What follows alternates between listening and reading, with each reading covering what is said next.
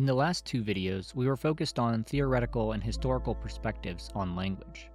Today we will turn our attention to a brief case study that reflects on some of the concepts we have already explored. Language, as we've already seen, is fundamentally political, social, and historical.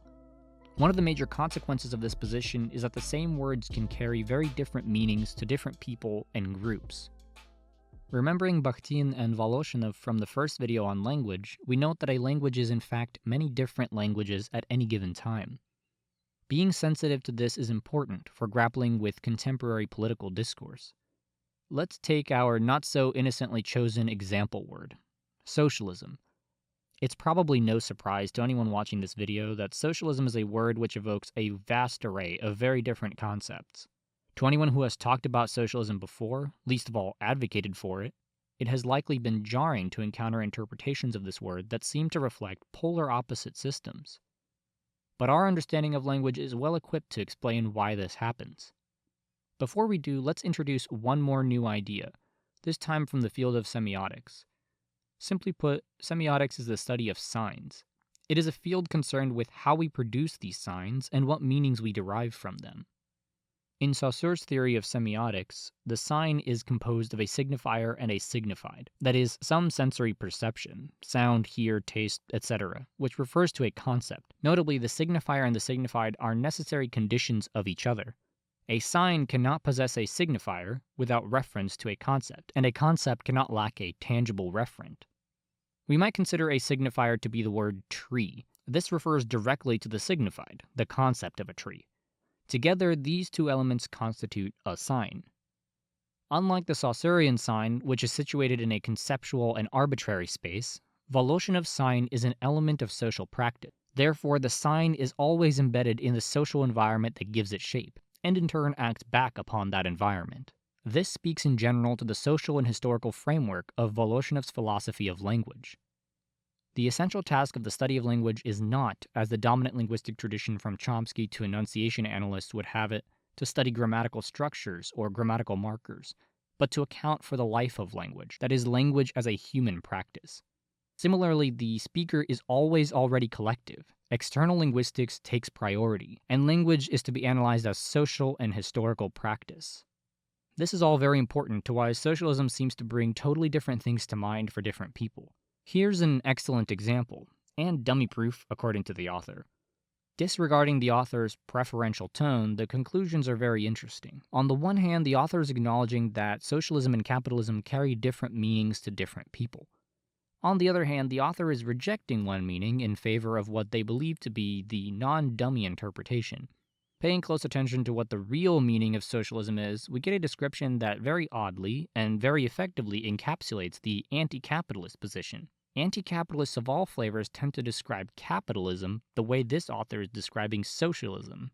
The signifier is the same, and yet the signified, the concept being referred to, is not only different, but almost completely inverted.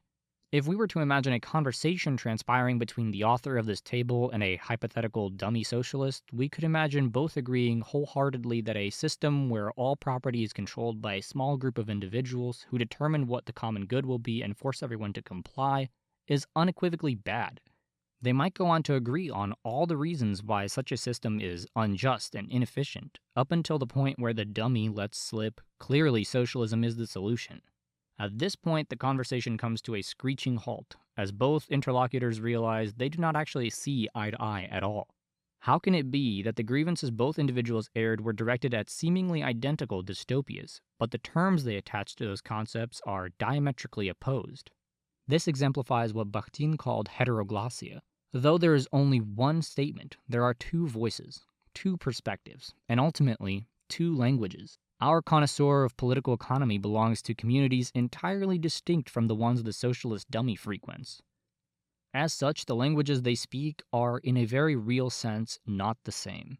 The schools of thought and historical developments they draw on to define these systems are entirely different. The meanings they each attach to the word socialism are entirely sensible in their respective contexts, which makes them all the more confused how it is possible that the other could be so horribly wrong about what socialism really is. Perhaps we are not always, if ever, in a position to suggest which meaning is correct and which is not. The best we can do is navigate language as the site of historical, social, and political dynamics. We can understand that for the author, the meaning socialism comes from a specific conjuncture with its own political, economic, and social specificities. As Marxists, we are fairly accustomed to historicization, which is possibly the most potent of all the methodological tools that Marx championed. We understand that nothing springs out of the vacuum, least of all ideas and languages. Of course, we are not crude relativists. After all, good slogans are correct slogans. But in appreciating the way meanings overlap and conflict, we can construct more analytically sound conclusions, which do not discard the very environment in which meaning and language are constructed. The rhetorical value of understanding language in this way extends not only to those who call themselves capitalists, but to our fellow socialists as well.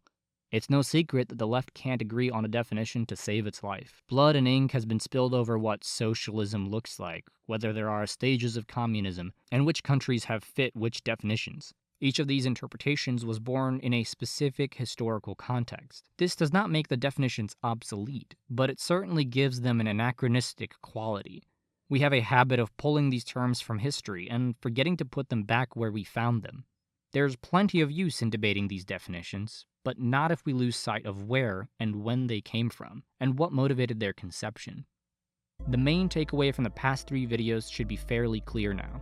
In our political and social actions, language should be interpreted very consciously. We should pause to assess words, phrases, declarations, communiques, speeches, etc., and treat them as the complex products of past and present social forces. We should identify the ways in which language speaks through us and the way we use language. And above all, we should recognize that language is material. Thus, we can not only interpret the world around us, but change it as well.